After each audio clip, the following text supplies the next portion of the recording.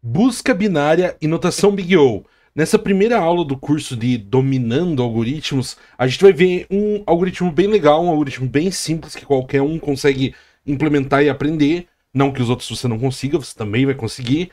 E também vamos dar uma olhada no que é notação Big O, que é uma maneira que os cientistas da computação utilizam para descrever o quão complexo é um algoritmo. Complexo no sentido de tempo de execução. O quão rápido o meu algoritmo vai executar comparado a outro algoritmo. Primeira coisa que eu acho importante a gente fazer aqui, já que é a primeira aula dessa playlist, a gente vai definir o que é algoritmo. Algoritmo é basicamente uma sequência de passos que a gente vai seguir para chegar em um resultado. Existem algumas definições que podem ser mais ou menos formais, que se encaixam menos ou mais nas definições modernas, nos usos modernos de algoritmo, mas basicamente é isso, uma receita de bolo, no final eu vou ter o bolo. Eu tenho uma sequência de passos finita, né? Geralmente a definição do algoritmo vai dizer que a sequência de passos de um algoritmo precisa ser finita, ou seja, ela precisa acabar, não posso ter um algoritmo que roda para sempre. Mas isso é detalhe acadêmico, um dia a gente pode ter essa discussão sim, mas não é o foco, aqui o foco é um pouco mais prático. Então o primeiro algoritmo que a gente vai ver aqui do nosso livro Entendendo Algoritmos, do nosso querido autor Aditya Bhargava, não sei falar teu nome, cara, desculpa, é a busca binária. Então, vamos supor que a gente tenha uma lista telefônica.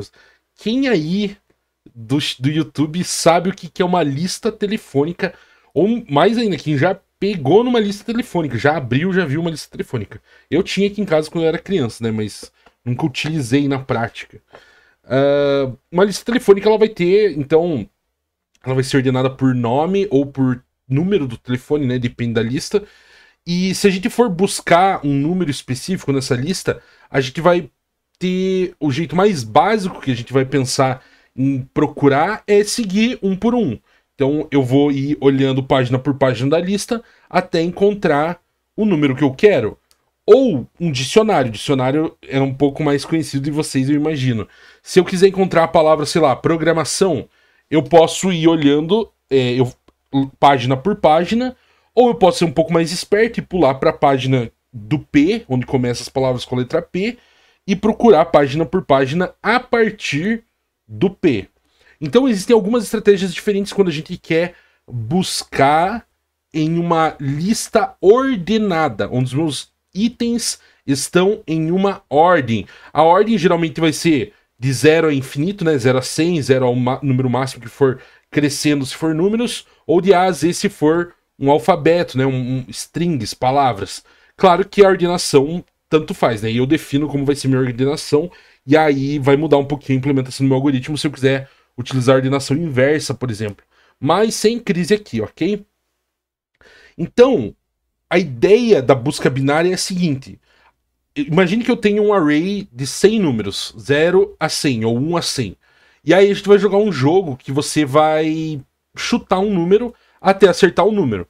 Qual que é o pior caso? O pior caso é se você chutar todos os números e o número que eu tava pensando ser o último que você chutar. Então é 59, você chuta de 1 até 58, de 60 até 100, e aí por último você chuta 59. Esse é o pior caso, porque você chutou 100 vezes. Uma estratégia que sempre vai funcionar, mas que muitas vezes você vai acabar tendo uma performance ruim, é você numericamente ir incrementando de 1 em 1 o teu chute. Começar em 1, aí você chutar 1, daí você chutar 2, daí você chutar 3, daí você chutar 4. Veja, se eu chutar o número 2, se eu estiver pensando no número 2, você vai chutar ele muito rápido, porque você está indo em ordem. Mas na média, você vai percorrer esses 100 elementos antes de encontrar a resposta final. E aí a gente pode começar a pensar em otimizações, em formas melhores de resolver esse problema. Como, por exemplo, a gente pode fazer o seguinte: eu chuto o número 50, e aí eu pergunto, é maior ou menor que 50? Vamos supor que exista essa regra, né? Você possa fazer isso. E aí eu digo, é maior, aí eu chuto 75. E aí você diz, é maior, aí eu chuto 90 e alguma coisa. E eu vou quebrando em metades até chegar no valor certo, no chute certo. Exatamente esse processo de dividindo em metades e chutar para o maior ou menor é o que a gente chama de busca binária, porque a gente vai ir separando de 2 em 2. Então, sem mais delongas, vamos para o código. Vamos dar uma olhada em como que isso é implementado. Aliás, antes de ir para o código, eu trouxe aqui nosso amigo Paint, que é aqui, né, o melhor software de design que já foi inventado, para a gente dar uma olhadinha em como que a gente vai implementar isso.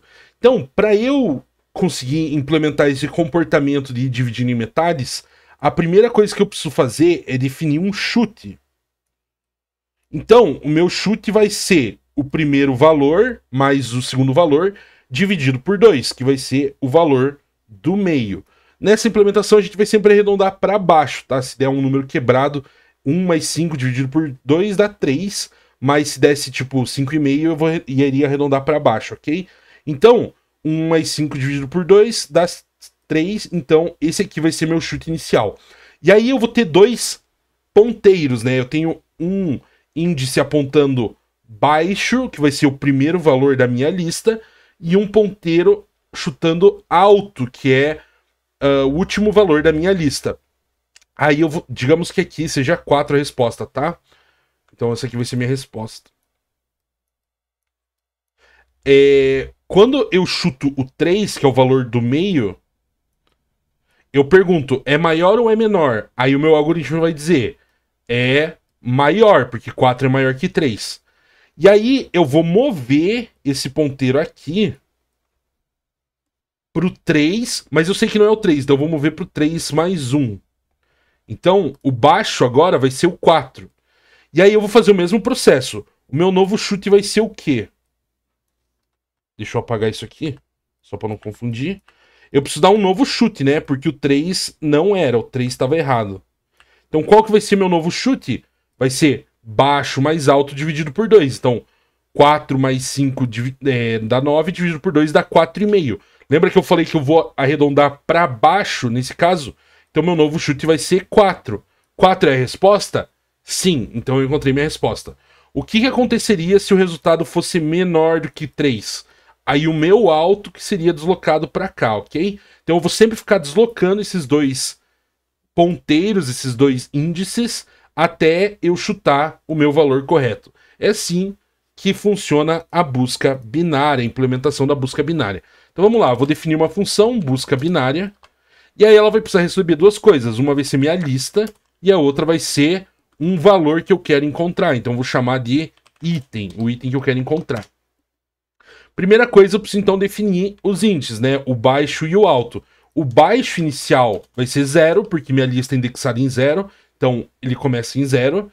E o alto vai ser o comprimento da minha lista menos 1, porque como é indexado em 0, então esse último valor aqui, eu tenho, ó, 1, 2, 3, 4, 5 itens, mas meu índice começa em 0. 0, 1, 2, 3, 4. Então o índice do último elemento sempre vai ser comprimento menos 1. Então aqui eu tenho meu alto comprimento menos 1.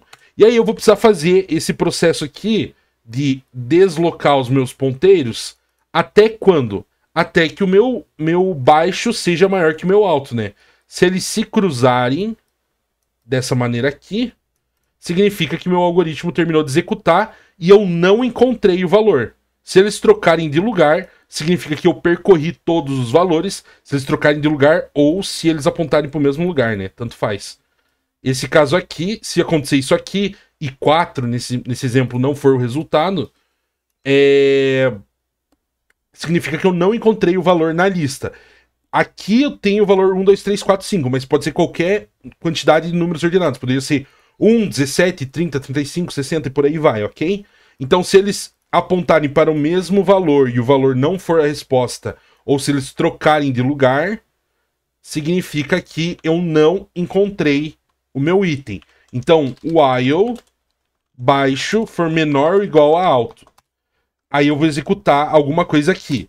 Se não for, se isso aqui sair desse looping, então ou baixo for igual a alto, ou baixo for maior que alto, que é o caso deles trocarem de lugar, então vou retornar none porque ele não encontrou, ok? E aqui dentro, então, a gente precisa escrever a lógica de fazer o chute do meio. Como é que a gente fazia para encontrar o meio? Eu faço baixo mais alto dividido por 2. Mas eu preciso tratar o caso de isso aqui dá um número com vírgula. Se for um número ímpar, vai dar um número com vírgula, né? 0,5. Então eu vou utilizar barra barra, que é a divisão truncada. Então isso aqui vai arredondar para baixo. Se for 5, vai arredondar para 2, ok? E aí o meu chute vai ser lista acessada no índice meio. Se o meu chute for igual ao item que eu estou procurando, eu vou retornar o meu chute, né? O índice do chute. Então, se digamos que era 4 a resposta, né? Esse aqui é o índice 3. Então eu acessei lista no índice 3. Se 4, que é o valor da lista índice 3, for o item que eu estou procurando, então eu quero retornar o índice, eu não quero retornar o item, porque o item eu já tenho. É como se eu estivesse procurando a palavra programação no dicionário e eu quiser saber a posição da palavra programação. Eu não quero receber a palavra programação. Então eu retorno o meu índice, eu não retorno o meu valor, ok? Se não, se chute for menor que item, significa que eu preciso pegar a parte de baixo, né?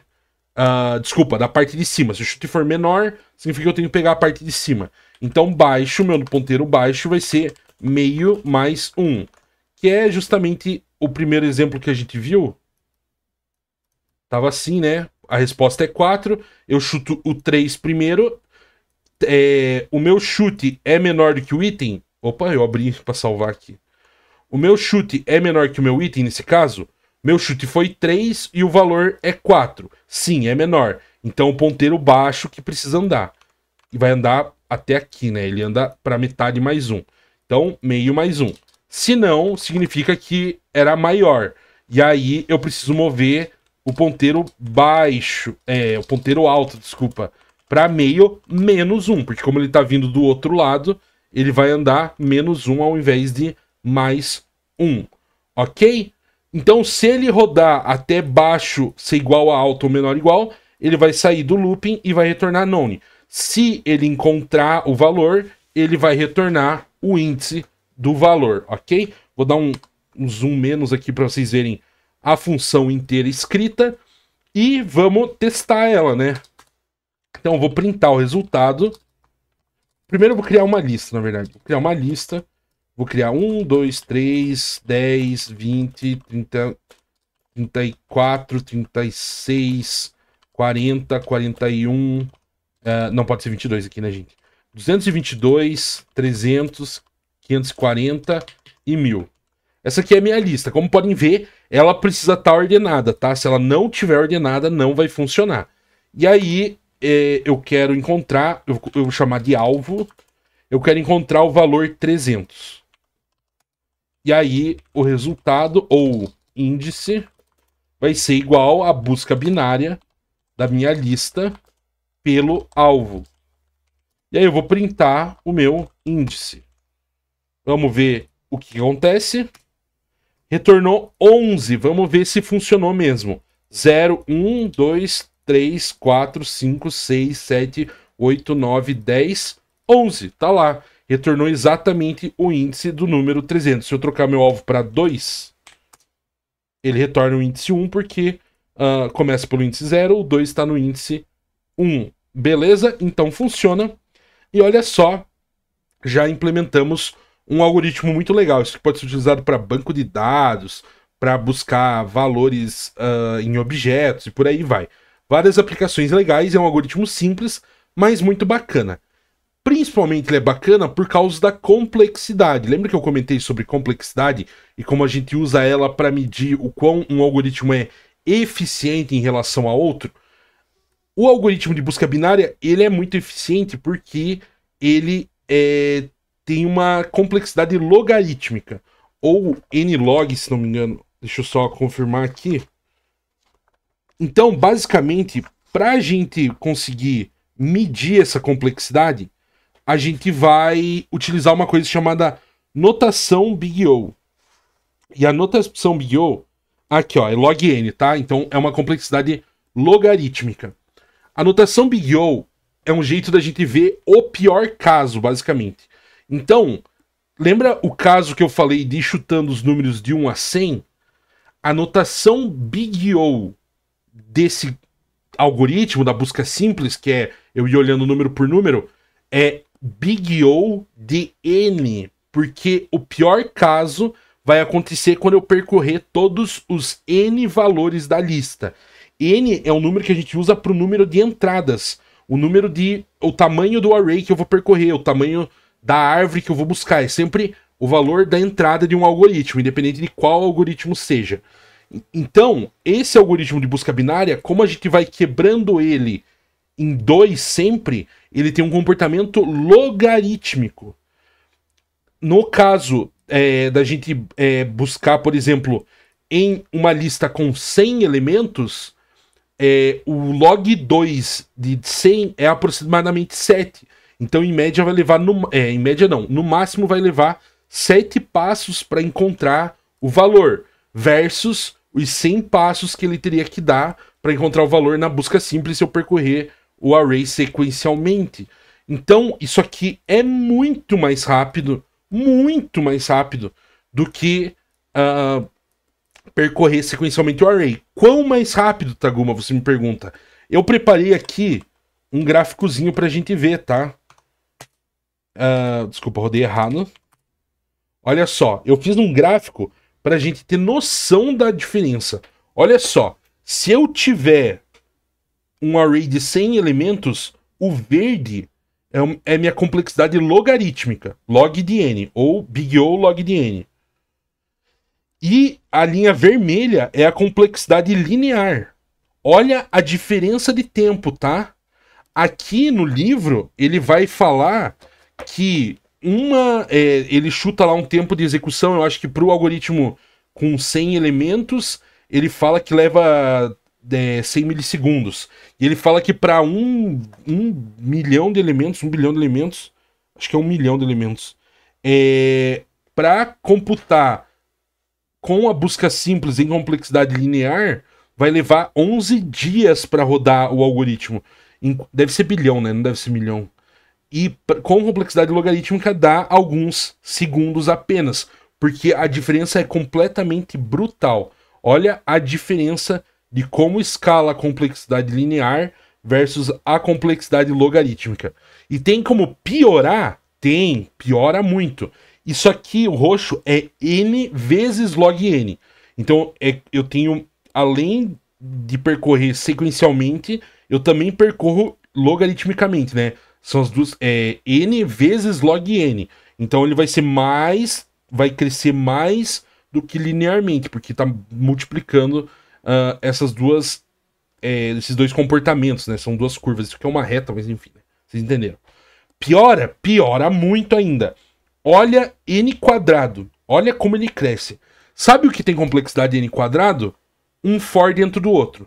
Toda vez que você faz um for dentro do outro, é essa curva amarela que o teu sistema vai seguir para computar esses dois fors. Então, se você conseguir otimizar de n quadrado para n, eu não estou nem falando para log de n quadrado para n, olha a diferença de complexidade. Imagine aqui no tamanho do problema 100. Cara, isso aqui vai estar muito grande, porque olha como cresce vertiginosamente. E tem como piorar mais? Tem, piora mais. Eu posso ter um algoritmo 2 elevado a n. Então o n é o meu expoente. E aí é um dos piores casos, é bizarro. Existe ainda n elevado a n, claro, por aí vai. Por que que a gente não fala de tipo 3n quadrado? Porque o 3 que multiplica o n quadrado é tão pouco que a gente nem precisa considerar. A gente só precisa considerar a escala, então o que o n está multiplicando. E o n ao cubo. O n ao cubo é parecido, tá? N ao cubo, n na quarta. É melhor usar o n quadrado que o n ao cubo? Sim. Mas o comportamento da curva vai ser parecido. Então por isso que geralmente a gente utiliza essas funções aqui para descrever o comportamento dos algoritmos, tá? Óbvio, se o algoritmo realmente for n ao cubo, a gente vai chamar ele de n ao cubo, algoritmo cúbico e por aí vai. Beleza? Isso é uma aula bem básica de notação Big O para vocês terem noção do que significa quando eu falar que um algoritmo cresce linearmente ou cresce exponencialmente, n quadrado e por aí vai.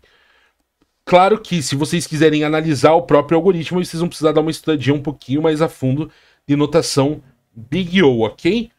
Então sempre que eu falar, esse algoritmo é old e não sei o que, é isso aqui que eu tô falando. Big O é porque é O maiúsculo, tá? Existem outras notações de complexidade algorítmica que servem para outras coisas. Mas a mais comum, e a que eu vou estar falando sobre nesse curso, é o Big O. Espero que essa aula tenha sido bem útil. A gente abordou aqui um algoritmo bem legal e um conceito extremamente importante, que é o de Big O, de complexidade algorítmica. Se você não entendeu, dá uma reassistida no vídeo, deixa nos comentários que eu respondo qualquer dúvida que vocês deixam. Se vocês gostaram da aula, compartilha com os amigos, manda no grupo da faculdade, se estiverem fazendo uma matéria de introdução à programação, uma matéria de algoritmos. Tenho certeza que vai ser útil, tenho certeza que eu vou ensinar alguma coisa legal para vocês. Deixa o like, ativa o sininho, se inscreve pro canal que a gente tá crescendo cada vez mais. Muito obrigado pela sua atenção e até a próxima aula.